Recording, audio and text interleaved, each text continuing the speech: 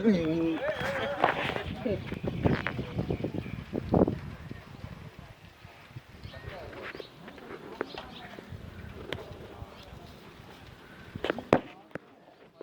रुपए तक का बकरा है, लाख रुपए का बकरा है, वो मार देगा पीछे।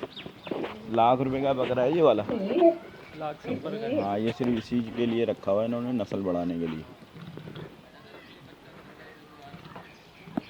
शिया लोग होते हैं ना, वो लोग ज़्यादा देते हैं।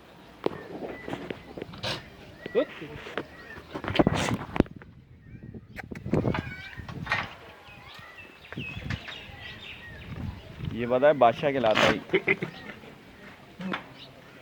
यानी कि ना ये इनमें बादशाह कहलाएगा। अगर ये रेवड़ में बाहर भी छोड़ोगे ना, सारी बकरियाँ ये बकरा।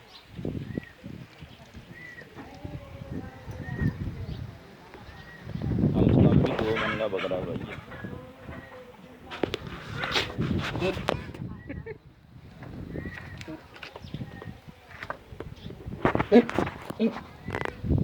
फेंकता ही है अगर करीब जाओगे तो।